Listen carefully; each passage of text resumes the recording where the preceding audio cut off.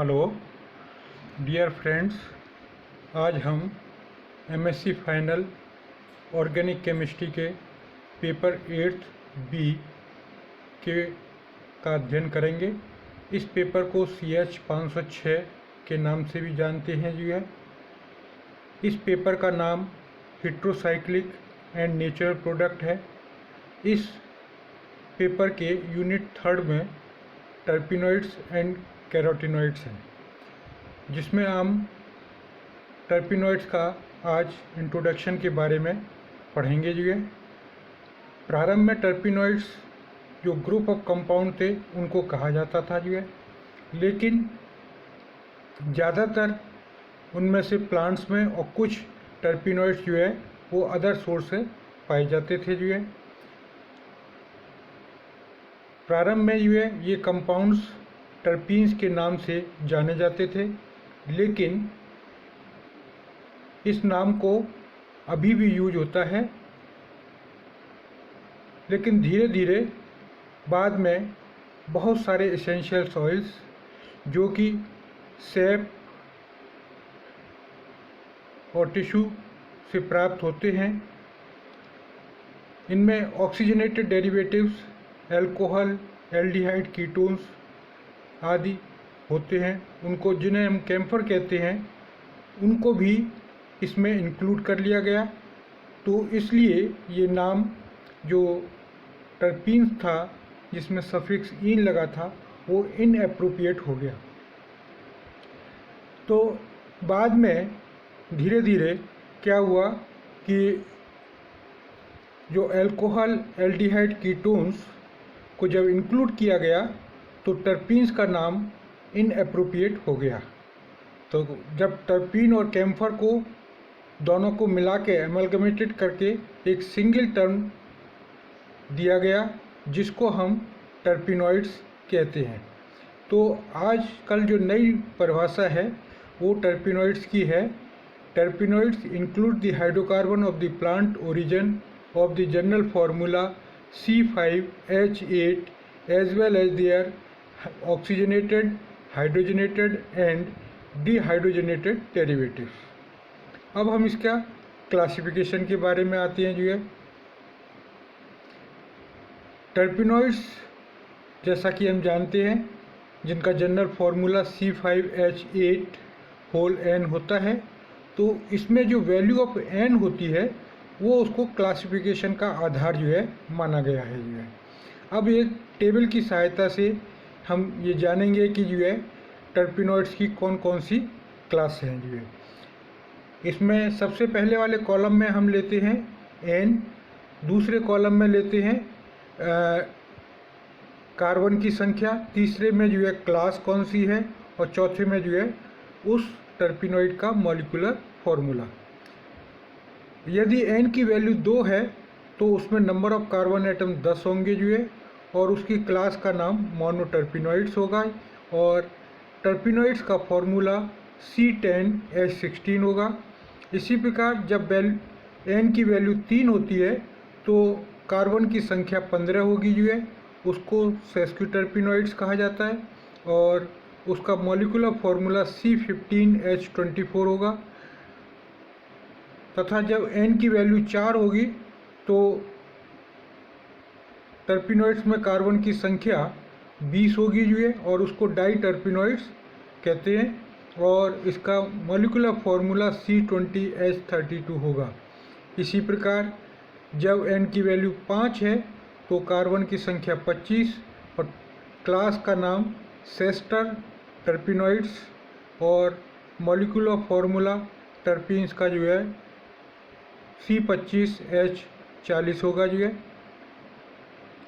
इसी प्रकार लास्ट में जो है जब N की वैल्यू 6 होगी तो कार्बन की संख्या 30, और जो क्लास होगी टर्पिनोइड की उसको ट्राई टर्पिनोइड्स, और मॉलिक्यूलर फॉर्मूला होगा टर्पिनोइड्स का C30H48।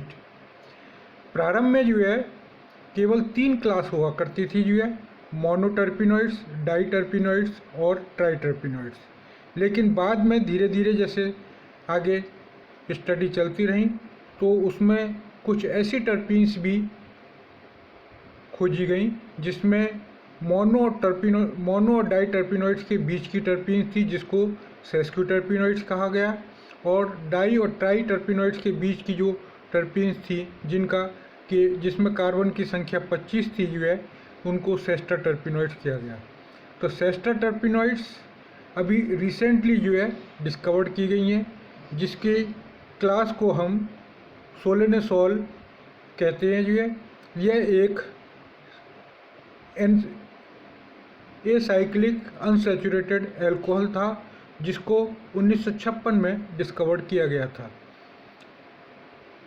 In addition to the terpenoids hydrocarbon, there are oxygenated derivatives of each class which also occurs naturally, and these mainly alcohols, aldehyde and ketones. The common essential oils found in the terpenoids are, अब हम उनके बारे में बात करेंगे जो कि हमारे आसपास के वातावरण में जो है कॉमनली जो है टर्पिनोइड्स पाए जाते हैं। और वो टर्पिनोइड्स किन चीज़ों में पाए जाते हैं? ये इसेंशियल ऑयल के रूप में पाए जाते हैं, जैसे जैस्मीन है जो लिनेनोल नामक टर्पीन्स में पाई जाती है, और लेवेंडर भी इसी में पाई जाता है। लेमन सिट्रॉल और अल्फा लाइमोन टर्पीन्स में होता है। पिपरमेंट मेंथॉल और इसके एस्टर्स में, रोज जिरेनियोल और फार्नेसोल में, सैंडलवुड सेंटोनिन में, जिंजीबरी में जो है, ये इसेंशियल ऑयल्स हैं और जो भिन्न भिन्न जो है टर्पिनोइड्स के अंदर पाए जाते हैं। अब प्रत्येक टर्पिनोइड्स को जो है फर्दर सब डिवाइडेड इनटू सब क्लासेस में जो है किया गया है according to their number of ring present in the molecule. इसको हम निम्न प्रकार से फर्दर क्लासीफाई करते हैं, जैसे number 1 acyclic terpenoids which contain open chain structures. Second monocyclic terpenoids have 1 ring in the molecules. Third bicyclic terpenoids contains 2 rings in the molecules. Fourth tricyclic terpenoids जिसमें 3 rings पाई जाती हैं जो है उसमें। इसी प्रकार टेट्रासाइक्लिक, इसमें 4 रिंग्स पाई जाती हैं। अब इसके बाद आता है हम इन टर्पिनोइड्स को किस तरीके से जो है जो प्लांट मटेरियल्स या दूसरे सोर्सेस में पाए जाते हैं उनसे अलग करें। तो इसको हम कहते हैं आइसोलेशन ऑफ टर्पिनोइड्स, क्योंकि इनमें नेचर में बहुत सारे टर्पिनोइड्स पाई जाती हैं और जो अलग अलग रूप में पाई जाती हैं, तो उनको एक साथ आइसोलेट करना संभव नहीं है। इसलिए उसके हम कुछ टर्पिनोइड्स ऐसी हैं जिनके कॉमन मेथड्स हैं, अर्थात due to their wide occurrence in the nature, all the terpenoids could not be isolated and separated by a general method. However, mono and sesquiterpenoids have a common source, that is essential oils. Therefore, their isolation has been generalized.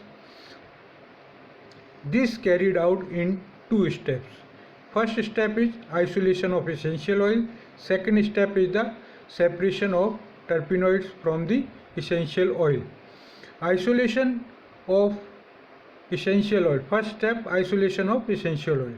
इसमें क्या करते हैं हम जो है plants में, जैसे आपने अपने आसपास देखा होगा कि कुछ पौधों में मॉर्निंग के समय में जो है स्मेल ज़्यादा फ्रेगनेंस है वो ज़्यादा आती है, कुछ में जो है शाम के टाइम में, कुछ पौधों में जो है रात के समय में जो है ज़्यादा फ्रेगनेंस होती है। तो हमें क्या करना होता है कि उसी समय जिस पार्ट में जो है अपने फ्रेगरेंस होती है उस पार्ट को जो है हमें वहीं से कट करके जो है लेबोरेटरी में या अपनी इंडस्ट्री में जो है ले जाना होता है और वहीं पे उसी समय उसका ट्रीटमेंट करना होता है। तो ये आता है अंतर्गत isolation of essential oil. The plant containing the essential oils usually have greatest concentration at some particular time, for example jasmine at sunset. Therefore it is necessary to take the plant parts having essential oil at this particular time. यही हमने आपको अभी बताया था कि जिस समय जो है उसमें सबसे ज़्यादा स्मेल होती है जो है उसी समय उसके प्लांट्स पार्ट्स को जो है हम इंडस्ट्री में उसको ट्रीटमेंट के लिए ले जाते हैं, जिससे उसकी उस टर्पिनोइड्स को बाहर निकाल लें और उसके मैक्सिमम प्योरिटी का जो है इसेंशियल ऑयल प्राप्त कर लेंगे। तो इसके 4 मेथड्स हैं जो है। पहला मेथड है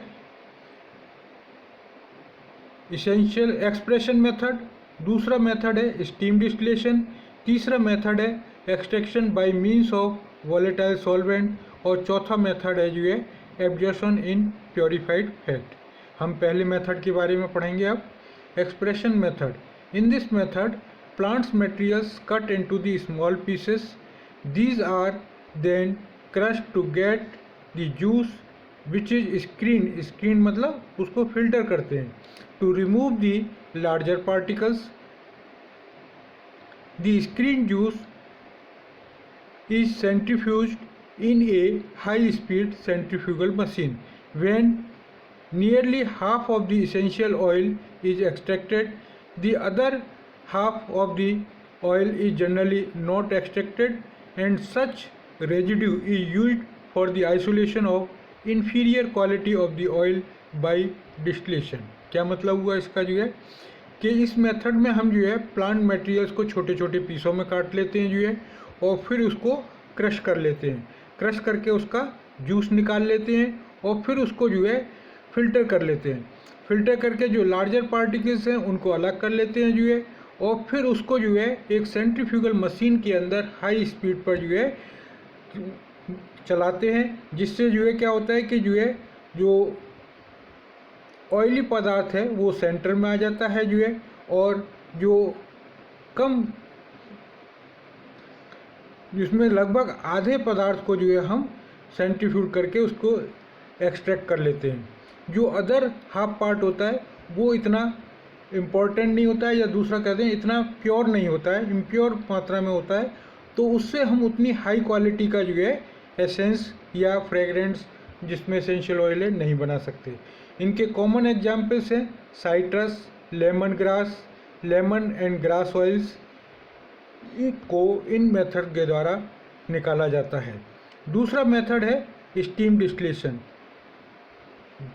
इस मेथड में ये बहुत ज़्यादा कॉमनली यूज होता है। इस मेथड में हम क्या करते हैं कि प्लांट को भिगो कर नम कर देते हैं और फिर उसको जो है एक बड़े जार्स में रखते हैं और दूसरे जार से जो है उसमें स्टीम पास करते हैं। तो स्टीम के साथ क्या होता है कि उसकी जो इसेंशियल ऑयल है वो डिस्टिल होकर हमारे दूसरे फ्लास्क में आ जाती है, और वहाँ से उसको हम जो है उसको सेपरेट कर लेते हैं जो है। ऑर्गेनिक सॉल्वेंट डालते हैं उसमें, ऑर्गेनिक सॉल्वेंट में वो डिज़ोल्व हो जाता है, डिज़ोल्व करके उसको डिस्टिलेशन के द्वारा बाहर निकाल देते हैं। इसको हम इस तरीके से भी कह सकते हैं, this method is most widely use. In this method the plant is macerated and then steam distilled. When all the essential oils goes into distillate from where it is extracted by the use of pure volatile solvents. The distillation is carried out with great care. Distillation को बहुत ही सावधानी पूर्वक जो है हमें करना पड़ता है। क्यों? क्योंकि during the distillation some esters are hydrolyzed to non or less fragrant compounds. तो डिस्टिलेशन के दौरान जरा सा भी थोड़ा सा भी अधिक टेम्परेचर अगर हो जाता है तो उसमें क्या होता है कि उनकी जो फ्रेगरेंस है वो कम हो जाती है, या अगर हाइड्रोलाइज भी हो सकते हैं जो है कुछ एस्टर्स जो है।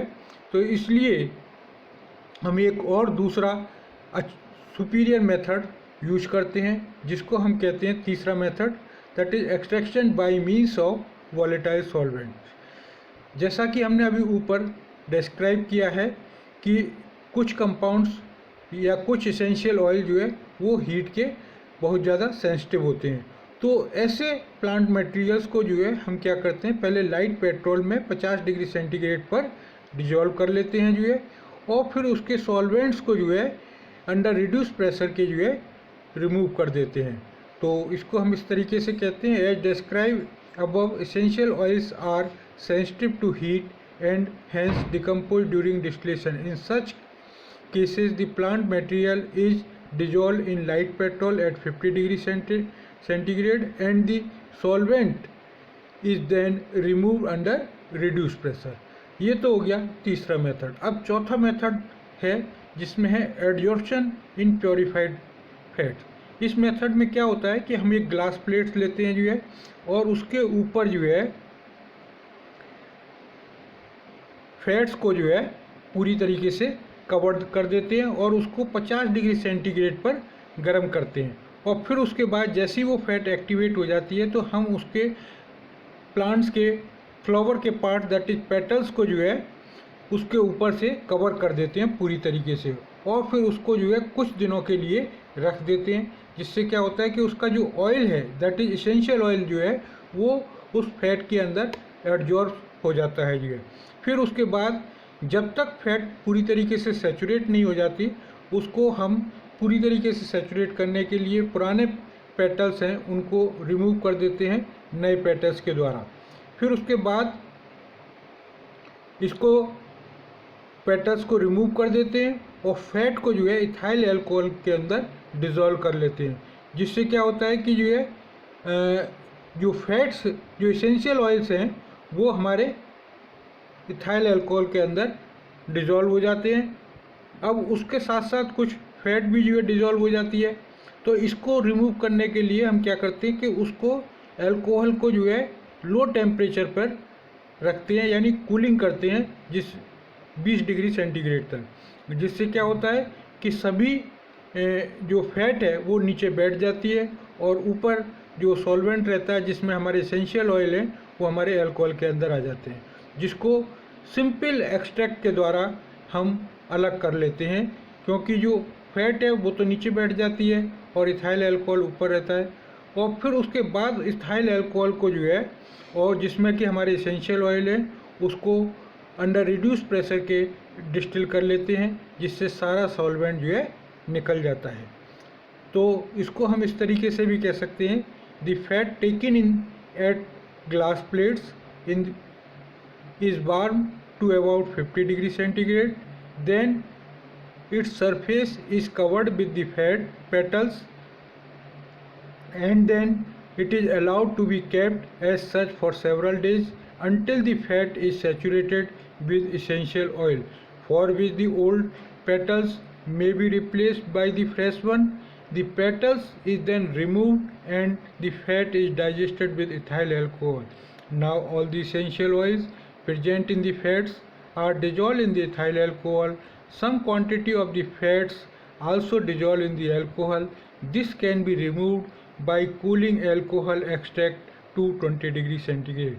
When all the fats separate out, the extract having ethyl alcohol and essential oil is then distilled under reduced pressure to remove the solvent. आजकल रिसेंटली जो है फैट की जगह एक्टिवेटेड चारकोल यूज किया जाता है, क्योंकि इसकी स्टेबिलिटी अधिक है और ये ज़्यादा सरफेस प्रोवाइड करता है।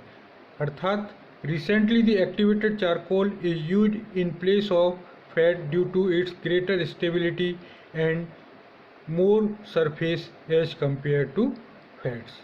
Thanks students. अगली वीडियो में हम आपको जो है और इसके दूसरा पार्ट यानी